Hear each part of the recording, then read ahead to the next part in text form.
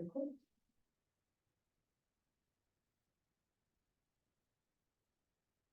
well, welcome everybody. Since it's right at time, to respect everybody's time, we will go ahead and get started.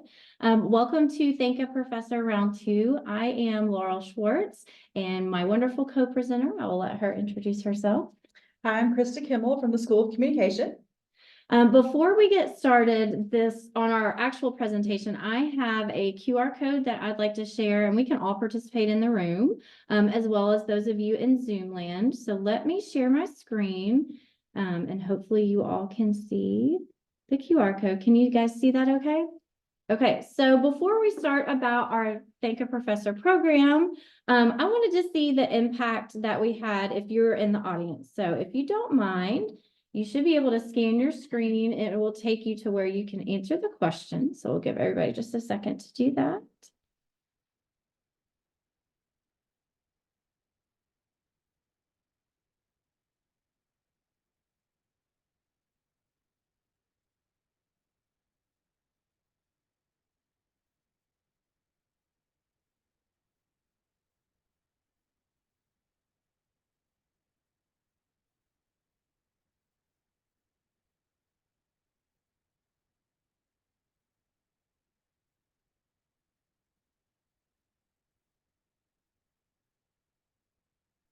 All right, looks like we're getting some really good responses. So also, this is one of my favorite ways to start class off. So I usually do a review question and a fun question, and it kind of gets students in the mode of thinking, especially in the morning class when they may not want to talk but participate. So thanks for sharing your thoughts this way. Really good answers, honored, appreciated, thankful, special, fantastic, humbled. I think those are definitely some things that are important and good things, joyful, that we want faculty to feel. Okay, wonderful. Thanks for sharing that.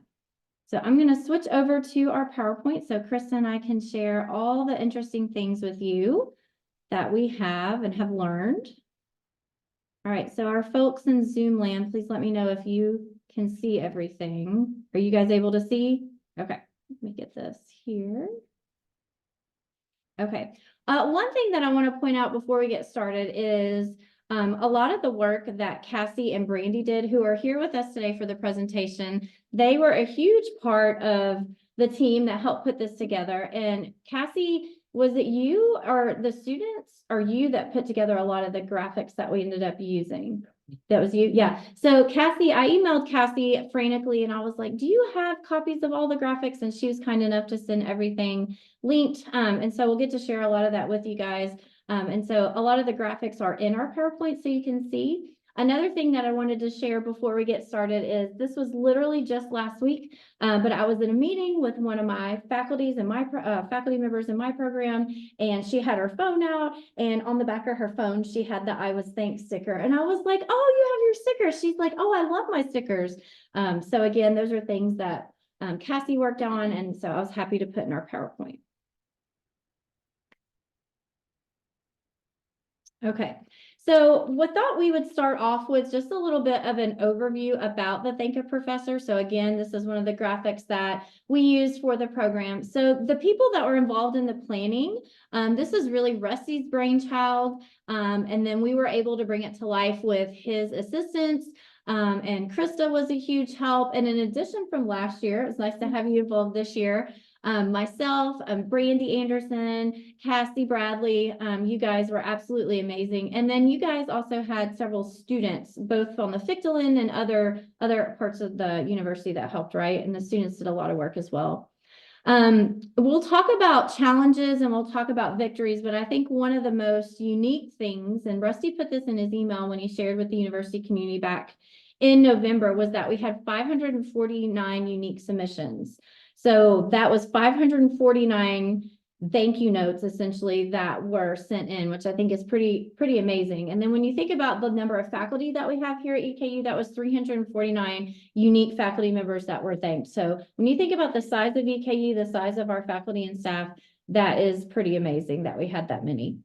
The reception, and I know for me, this feels like years ago, but it was on November 30th. And so right after that week of Thanksgiving, when we come back and we are starting to get ready for finals week on campus, and we had it at the Giles Gallery on campus that had recently reopened. And a lot of the things that we were able to include were a part of our campus community, which I thought were nice touches. So we had poinsettias from our ag program, right, that were on campus.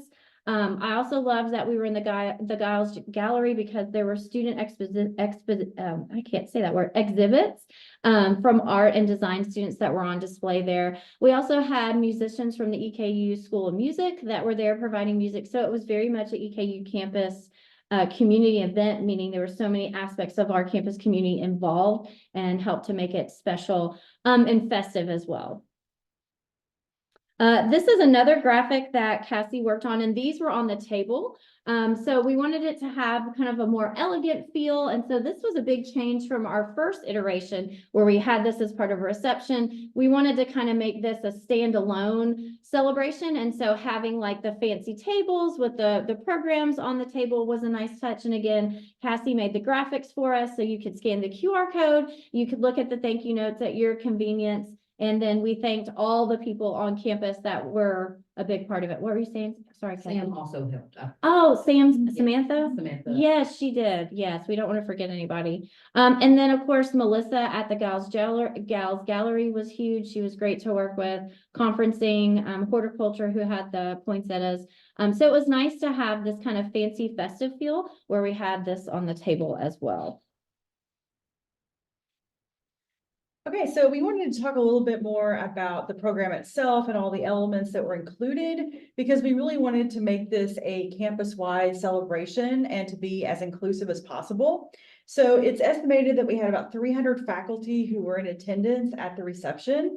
And I'm just thinking back to that evening, and it was packed the whole night. It was really great to see that much participation and that much energy on campus, especially toward the end of the semester when it's almost finals week. So it was really great to see that turnout. We also had a video greeting recorded for our online faculty. We know that eCampus and online learning is a huge part of EKU, and we wanted to make sure those faculty were included in the celebration and the appreciation. So John Strada in the School of Communication recorded a video greeting, thanking them for their contributions as well, and that was distributed to the online faculty. We had the online program available to view, so anyone, anywhere could see the program and the professors who were thanked. We also sent the thank you notes to faculty. Rusty helped collaborate and Kathy helped with that. And those were distributed to all the faculty who received a thank you note, which was really nice to receive. And then during the event itself, we had 2 screens going in the reception area that had a rolling slideshow of all the thank you notes that were sent to the professors. And I know that took a lot of energy and effort to get those slideshows put together. Cassie and her student workers spent a lot of time on that. So, but it was really nice. It was just a nice touch for the celebration. And a lot of the things that we did for the fall 2023 one were changes from what we had done in the first iteration in fall 2022. So the video recorded for online faculty was new. Having the reception that was just focused on thank a professor, and with all the different things we added to make it festive and celebratory. The fact that we had so many attend the reception, I think usually, I want to say in an email, Rusty, you had put that they estimate between 150 to 200 usually show up at some point in the evening. So a large increase. The first iteration, we had a certificate that we had on a Google Drive that we sent to faculty that they could then get. It was really nice that we had the faculty notes that were sent to faculty. I know a lot of faculty just personally across campus that save those, that keep those, and then they also save them to put in their P&T type digital portfolios as well. So some of the themes that came out of this year's Thank a Professor, very similar to the first iteration that we did in fall 2022, but they definitely centered around caring. So a lot of students, and I'll share just a few quotes just to highlight some examples here in a second. Caring, I do think at EKU we have caring faculty. If you spend time on campus and you talk to students, that is definitely a theme that is woven, I feel like, throughout the fabric here. Expertise. So it is really nice to see that students recognize the expertise that their faculty and staff hold, and the way that faculty share that with them. Helpfulness, kindness, and of course, mentorship.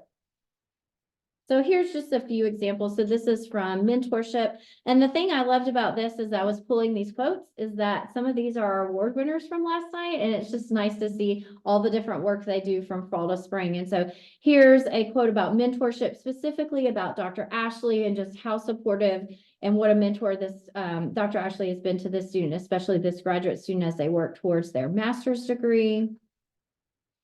This one is on expertise. And if you know Dr. Bain, she is everything that this quote says about her. She's just excellent. And so this student is thanking her, specifically thanking her for the expertise and things that she goes over in class to help her students understand, which I thought was pretty powerful.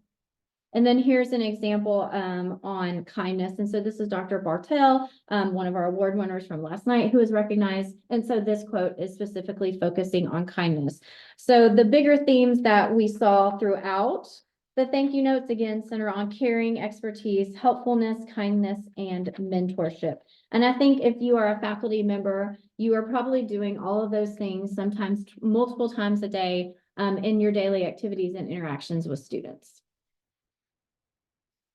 Okay, so we wanted to kind of situate this whole conversation in the literature and bring in elements from what the research tells us. And like Laurel just said, I think all of us do many of these activities on a daily basis, but it's a good refresher to have and maybe just an opportunity to reflect and think about, well, where can I be a little bit more intentional in this area? Where can maybe I focus a little bit more effort in that area? So we wanted to bring in some research here to kind of help boost this conversation. So we know from the literature that caring relationships between instructors and students are critical to student success. And they have been linked to student persistence and graduation rates. And they've also been demonstrated to have an effect on students or graduates after they leave the university. So we have some research from Gallup that says that graduates are more engaged at their workplace if they reported that they had a caring professor at some point during their college career. So we can see that these influences can last long after the student leaves the universities. So this is a really important conversation to have. And when we talk about caring, a lot of times we think it's, oh, it's being, super nice to my students, or it's, telling jokes in class or being really friendly. But what we're really talking about is just taking an interest in students, taking a personal interest in students. And we all appreciate when we are seen and we all appreciate when we are heard. And really, that's what the literature tells us that caring is all about in terms of instructors and student and that relationship. So I just pulled a few things from the literature that might be useful for us to just talk about today and maybe have a little bit of a refresher on. So some behaviors that have been associated with caring behaviors include verbal and nonverbal immediacy. So having good vocal variety, having good energy in your presentations to class, using students' names, something as simple as that, appropriate self-disclosure, making yourself seem human to your students. I teach communication, so I teach many courses that have a presentation element. And I know students many times have apprehension about presentations and they're afraid to get in front of their classmates and give a presentation. So I often share with them, when I was in your seat, I hated public speaking. I was that student who had the sweaty palms and was terrified to speak in front of anybody.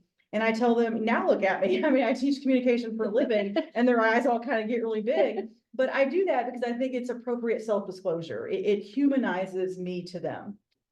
We also have learned that clarity is super important in establishing a caring relationship. And so clarity just means having clear expectations, stated expectations, being clear in your grading criteria, being clear in the assignment criteria, and so on. And I have that highlighted because that's been shown to be even more important in online learning environments. So as we see this shift toward more online learning opportunities, that's going to be something I think that's going to be even more important as time goes on. So, clarity. And I'm just going to, borrow a quote from Dr. Vance, our Dean of Students. She always says, clear is kind. And sometimes being clear with students and saying, hey, I don't think that this was your best effort, but let's help you do better, is being kind to the student and showing them care. And then we've also learned that instructor flexibility, detailed and timely feedback, and an encouraging climate also help establish that caring relationship. So, being a little bit flexible, maybe a student has a slightly different idea for an assignment than what you initially put forth. Maybe working with that student to sort of just encourage their interests might work out. Providing detailed, personalized feedback, that's something that I really try to do in my classes, to where it feels like, hey, this student knows that I am giving them feedback to them. I'm not just treating them like a generic person on my roll sheet. And then timely feedback. We also know from the literature that after a while, students don't pay attention to feedback, that it's only helpful in a certain amount of time. So we have to be timely with our feedback, and we have to be encouraging in the climate. And one of my favorite sayings is to be an encourager, not a critic. The world has enough critics already. So be an encourager in the classroom. So all these things that we've learned from the literature can help us really foster that caring environment. Yeah, and I would add to that when Rusty first brought this forward, the idea was this very much came from like relationship rich education and from that literature. And then so having Krista be a part of it from when we did it in fall 2023, and having her lens, because she's well versed in this literature as she's doing a really big project on it. It's been nice to have this literature underpinning as well. So not only just anecdotally do we know that it's important to thank our faculty and staff and have students show appreciation, but there really is some strong evidence out there, if you will, that this is important in different ways to our campus community. We also wanted to highlight just some of the challenges and victories that we had. So again, fall 2023 was the second time that we had done Thank a Professor. I was fortunate enough to be involved the first time and this time, and I hope to be involved in future iterations. It is really nice to see the impact that this made, but it doesn't mean that everything went off without a hitch. So I would say when I looked back at our debrief notes that we had, and a lot of our planning committee is here with us in the room, so I can say that we had a debrief meeting. We talked about what worked well, what didn't, and different things. And so we looked back at that. So I would say it was like a double-edged sword, but the timing of the event, that was a challenge. And while also you'll see during our victories, it was great too for several reasons, but in terms of scheduling and getting things together for a large event on campus, I think Cassie and Brandy can tell you that was really hard because things were already boxed out and blacked out for commencement week. So we are super appreciative of the people like faculty from the School of Music, the ag program, all the different parts of the community that came together to help put this event on, conferencing and events, catering, because that was actually a very busy week for them. So the timing of the event in that sense was a little bit of a challenge. Cassie, you can speak to this, but going forward, we're really going to have to work on the thank you note length. And so we sent out a link. We have a link, and we'll talk about that in just a minute here, but that we sent out to students, and so they could fill out this quick survey and slate basically and write their thank you note. Did you get some books? We did. Yeah. So it was great. Yes. It was wonderful. But when we went to put them into a landscape size presentation, which we really wanted to do. Yeah. Because it really added to the event and people were taking pictures by them, and we knew that they would do that. It just posed some challenges, and we had to edit to be able to fit it on the screen. And I hate editing thank yous. You know, it's like, I want this full thank you to go. So we had to also communicate with the professor and say, please note that this is not the full thank you. And then we had to follow up with an additional document of 500 and nearly 50 PDF documents that we sent out to the faculty. So yeah, you guys had your work cut out for you, because which is a wonderful thing, right? So students are have so much to thank a particular faculty member for, but it was hard to get it in the format that we needed to timely get it out to faculty so they can save it, have digital archives of things that we have now, which you guys did an incredible job of. Looking back at it now, getting ready for this, I was like, man, this stuff really looks cool. Another thing that we talked about just from a planning committee perspective is that originally on our slate link is what we had is that students they had the option to either have their name shared.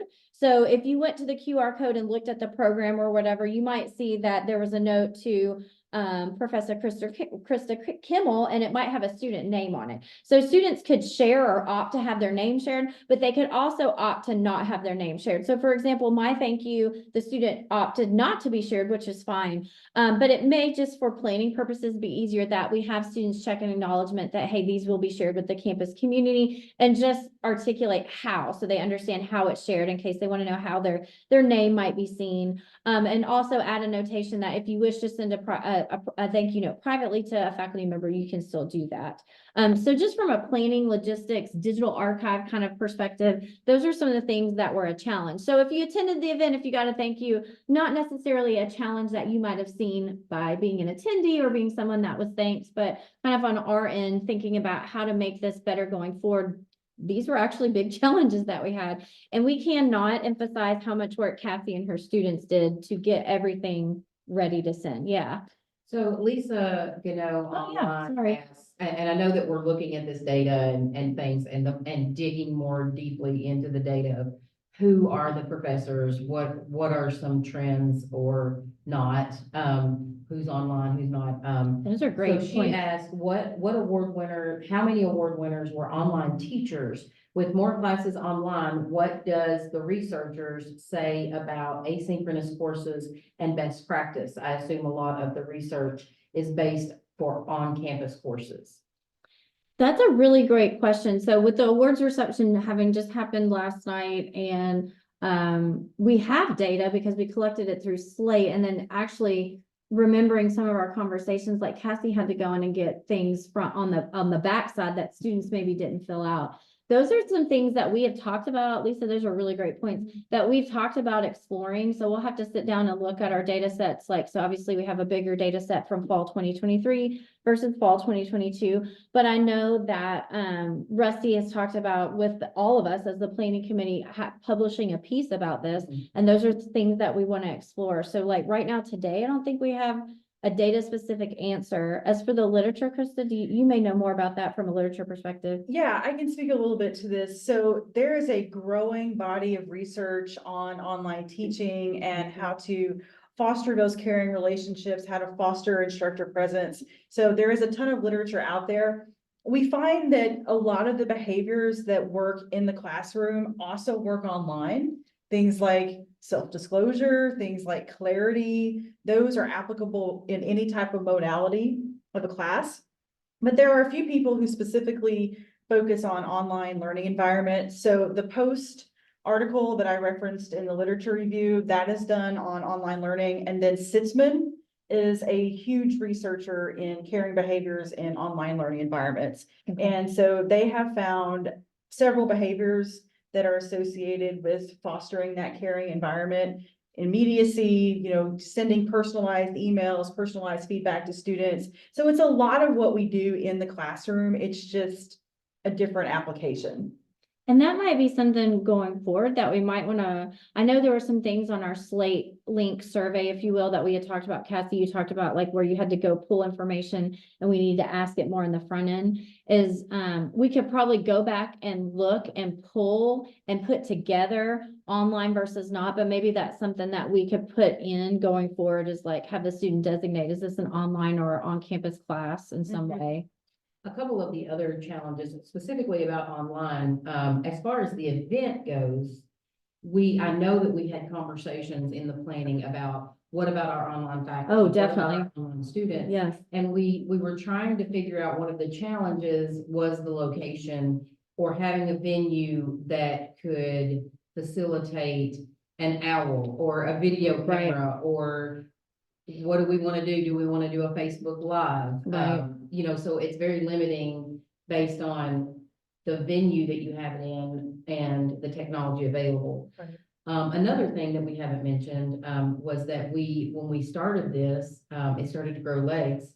And we wanted to do all these things and we really did, but we also had to set aside a budget for this. So a budget would have been really handy because we could have done more things and maybe incorporated, the timing might have been different. We could have included more online people. And then lastly, a lot of the people that responded, they wanted to be able to have their students there.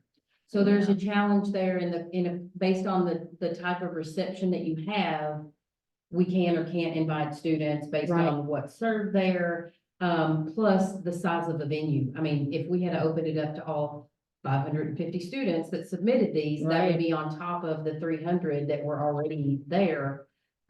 So we would have to look at a bigger venue, and I just don't know on campus outside of Center for the Arts, Right, how we could do that. yeah. Yeah. So- Yeah, those are all things I remember us talking about, yeah. All really good points. We do have Kim Johnson reserved for November of this year. That's right, yeah, I know, right after we had our debrief, I saw an email that you had scheduled. Yeah, I said, we're going to need to grow, so Mhm. tentatively, reserved Kim Johnson. So, but good growing pains, right? I Good, mean, yeah. good It's a good growing. problem to have. Yeah, it was, yeah, it was amazing to see. I wanted to share, just some of the digital art archives or artifacts, if you will, that not everybody may have seen. So, here is the QR code. So if you attended the event and scanned the QR code, this is kind of what, oh, I'm not sharing, am I? Hello, my Zoom skills have failed me. Out of practice. We just. I am, you okay. Now you guys can see. So if you had attended the event and then on the tables kind of spread out, and again, it was really beautiful thinking back and looking back at the pictures. So the program that had the QR code, this is what you would have seen. And so this is when I say that Cassie and some of the students that worked under her worked hard, this is what I mean is that they put this together and you can scroll through and see just how many thank you notes there are. So getting a picture of the faculty member and getting everything copied over. So that was like a huge feat. And so this is, if you didn't look at the program, this is what it looked like. And then another aspect that I wanted to share was this. And so Cassie, is this the public version? I'm getting there. I'm getting there. Is this the public version? Those were the end of so what we did with the ones that said that they were okay with it being shared. Okay, We did just a big document and they could go in there and find their letter. Now that looked differently for the ones who said they wanted to keep it Right. theirs private. We had to send out 150 emails to the faculty member, or if they received multiple ones, it might have been less than that. So they had to get those privately because we honored that. right, If we asked it, we needed to honor it. right, yeah. So. But so these are some of the archives that we have. So the program and so this, and again, these just look super snazzy and really, really nice. So not something you may have seen if you attended or other things like that, but all a part of the hard work that Cassie and Brandy and a lot of other people put into what became Thank a Professor. So let me go back and share my screen with. I also shared some pictures with you just now. I don't know if you're on a Mac, if you can pull them up, if you can. Are they in the chat? No, but. Oh, they're on here. I see. They're on your, Okay, so I'm not screen sharing right now, so let me see if I can pull them up. Hang on just a I second. might be able to drop them in the, In the See if you chat. can drop them in the chat. So here, yeah. because if I download them, I don't think it'll, yeah, okay. So here, let me go back to my share screen, go here. Are you putting them in the chat? I'm trying. Okay, we'll get there. If not, well, there's just good old email. We could also send them that way. Okay, so yeah, so some of the links I wanted to share with you guys. All right. Victories. So we have to acknowledge our victories, right? Celebrate what we did well.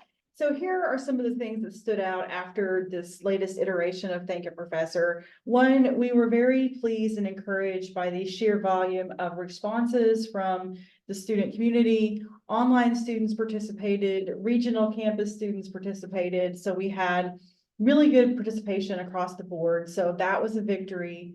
We also felt like the attendance at the reception was a victory.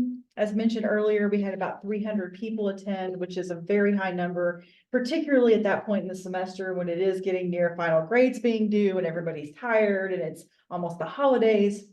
So the fact that we had 300 people take time out of their day to come celebrate with us was, we thought, very encouraging. Yeah. The location of the survey link and the timing of that distribution were victories this time around. And I think something that we learned from the last time, even though I wasn't involved in the last one, I think this was an improvement that we made. huge. So we ended up putting the survey link in Blackboard as well as my EKU. Yes. And so that made it very accessible to the students.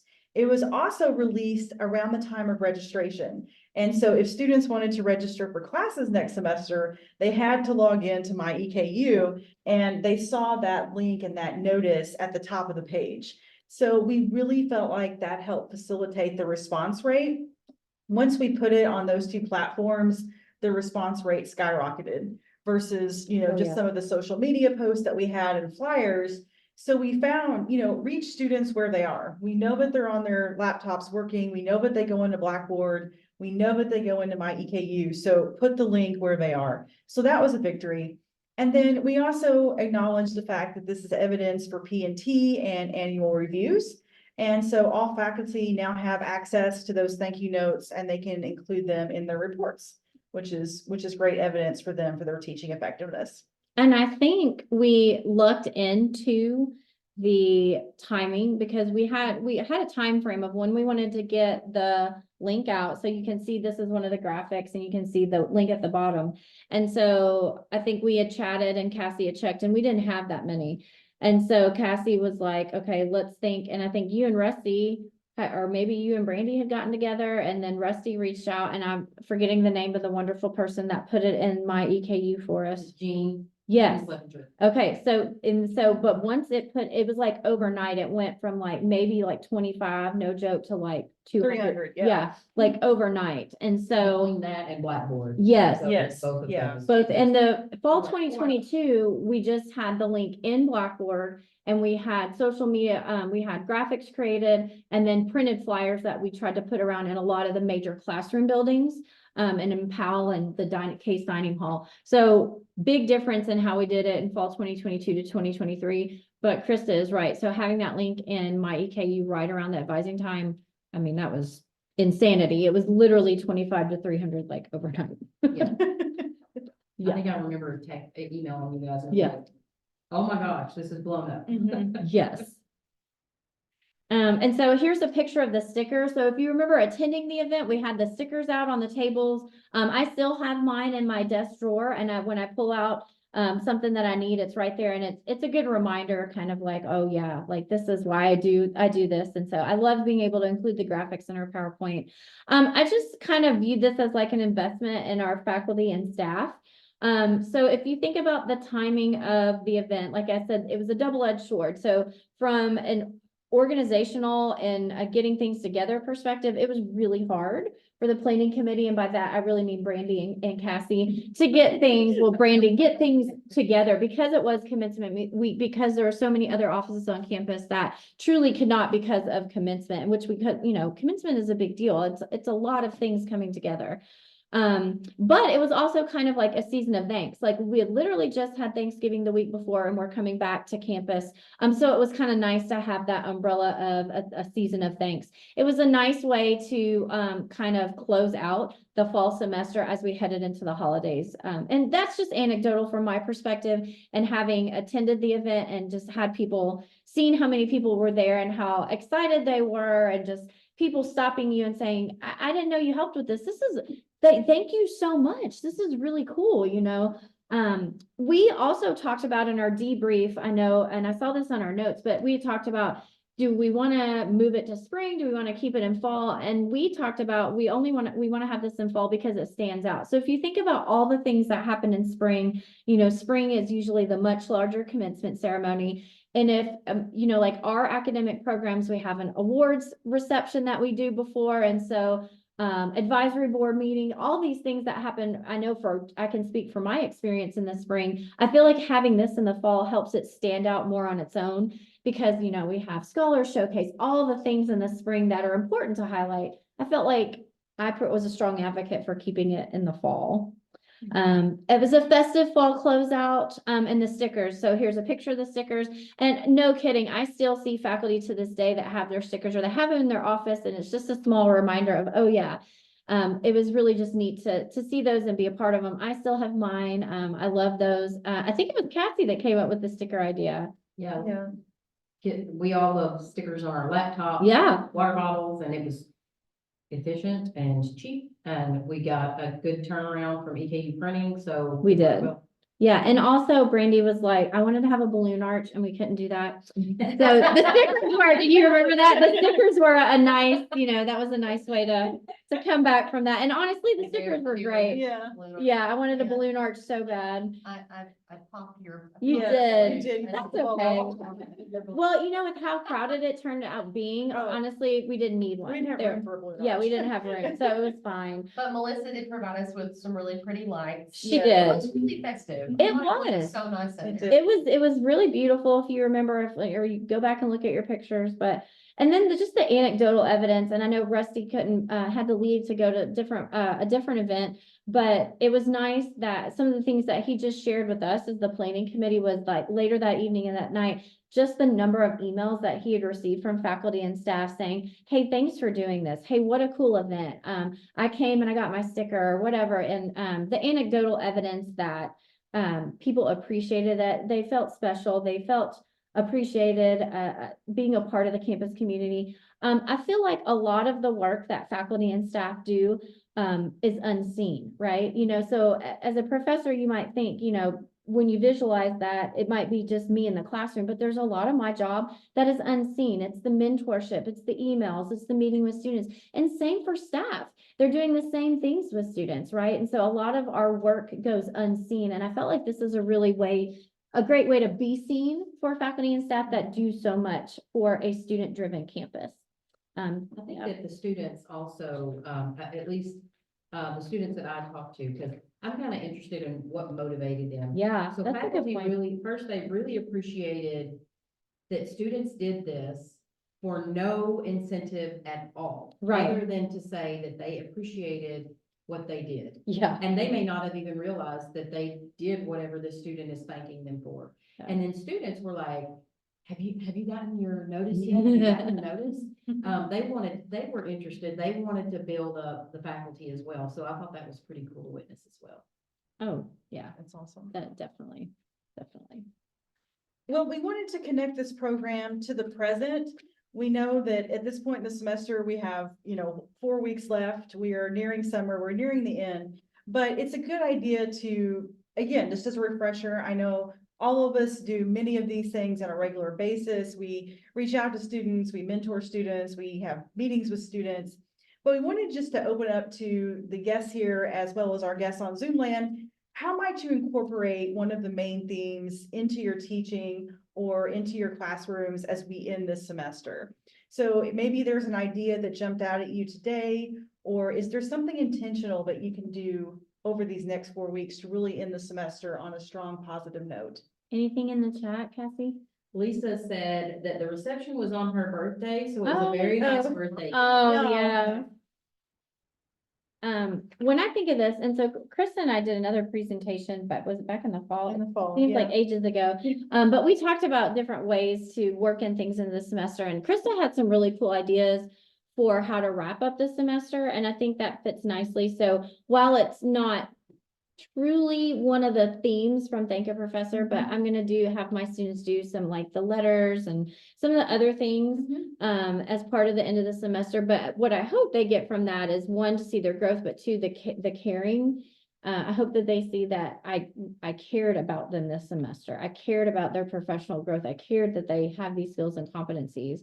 So when we were working on this, that was one of the ways that I thought that at least for me personally, I could incorporate it. I don't know. And I can share a little bit more about those if you Yeah. want. Yeah. So I'm a big proponent of reflection in Yeah. education. I really feel like if you're not reflecting about what you're learning, then what's the point kind of thing? So in my classes, I like to have some sort of reflective piece toward the end of the semester. And it's usually a very low stakes assignment.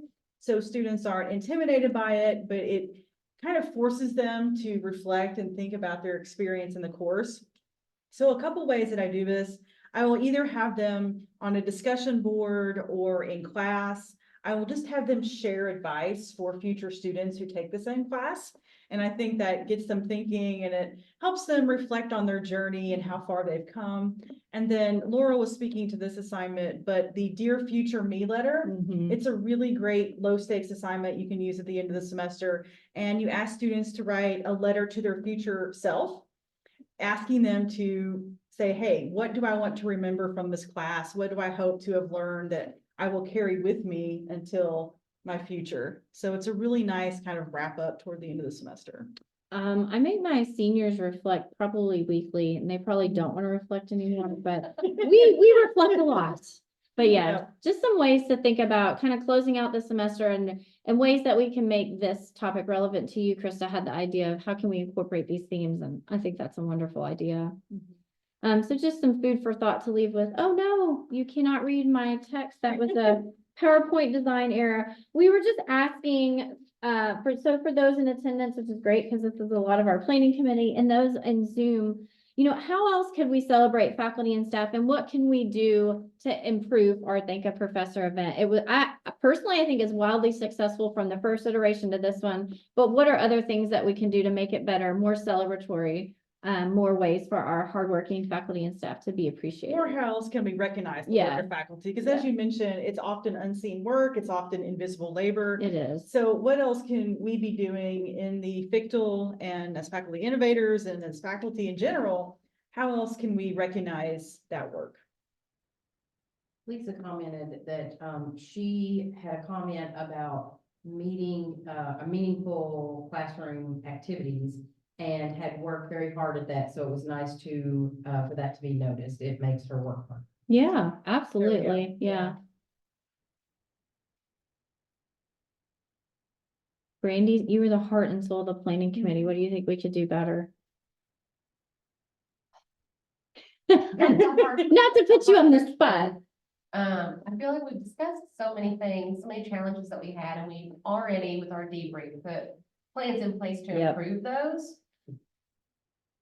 I'll be honest with you, it was such a great event. It's hard to think, how can we top it from the actual Thank a Professor, the organic perspective, not like, what can we do more with decor or music, Right. but actually the heart and soul of it all is that the students wrote these heartfelt notes, like Cassie said, with no expectation. They did it all on their own. Yeah. Some of them were so long they had to be shortened. I don't know how you could ask for much more than that. I think, and I'm not faculty, so I can't speak from that perspective, but I've heard Cassie say several times, who just won an award. I know, last yeah. night, that hearing those words from her students meant more than anything. So it is hard to, I think we would have to put a lot of thought into how do you make that better? Well, I think it's like what we talked about, right, with our survey and things we want to capture. And like Lisa had some really great points with looking at the data, so we can have some like longitudinal data about this, and you know, might be informative for different things on campus. But yeah, I mean, it was a beautiful event. It was wonderful, and that's because a lot of the work that you did, that you guys brought together, it was lovely. It was festive. It was fun. But yeah, I think some of the challenges that we talked about, and then in our debrief, and like we said, like I had forgotten until you said it, but yeah, we had already booked Keene Johnson for a bigger space and all those things. But the work of recognizing all the important faculty and staff on campus and what they do, I don't know, it sounds cheesy and corny, but it really does make me happy and feel good to see all those other people be like, man, wow, this is really cool. Because, you know, day in, day out is hard. Yeah, and I'll just add to that, you know, sometimes this work that we do, it's not always visible, the outcome. Sometimes it's delay. Sometimes it happens semesters, months, years later. So I think that just an important reminder that it's always the right thing to do to engage in these activities, even sometimes if the outcome isn't communicated until later. Like, you know, I've had students email me 2-3 semesters after they had me in class, and they're like, you know, thanks for checking in on me that one semester. I was really sick and it meant a lot that you noticed that I was missing from class. You know, and this was 3 semesters after I had them. So, you know, don't doubt that you're making an impact in any case, right? It's like you are, sometimes it's just not always seen right away. Yeah. I think, and we should probably share this with everyone who attended or registered. Even if you didn't get a letter, go back through and read some of these, because like Krista said, we're not just talking about class stuff here, because some of these were like especially the private ones, and I don't know that I can share those, but some of them talked about you know, you had no idea what allowing me to put this assignment off or giving me extra time, I was going through this mental health crisis. And it was somebody that they hadn't even had that semester. It was, you know, semesters before, and it gave me faith that the faculty really do care Yeah. about, I mean, so it's not even about academics sometimes, it's just Right. being there, and you never know, you know, what people are going through, and your students included, you know? And so that little act of kindness can carry on throughout the way that they carry on their life, you know? Yeah. It's pretty awesome. All the good things, all the good feels. Anything else from Zoom land? This has been such a great, even though it's a small group, it's a mighty group, and this has been a really, really good discussion. I've honestly really enjoyed it. Me too. Thank everyone for Yeah. participating. Thank you so much, Jennifer. For We, your we heart you. Thank you, Lisa. Yes, thank you both for coming. The paparazzi. Well, if that's it, then I guess we stop recording and I'll end the Zoom. Yeah, Yeah. okay, thank you so Thank much, you you all. guys. Bye. Bye. Oh my gosh, that was probably our best one ever.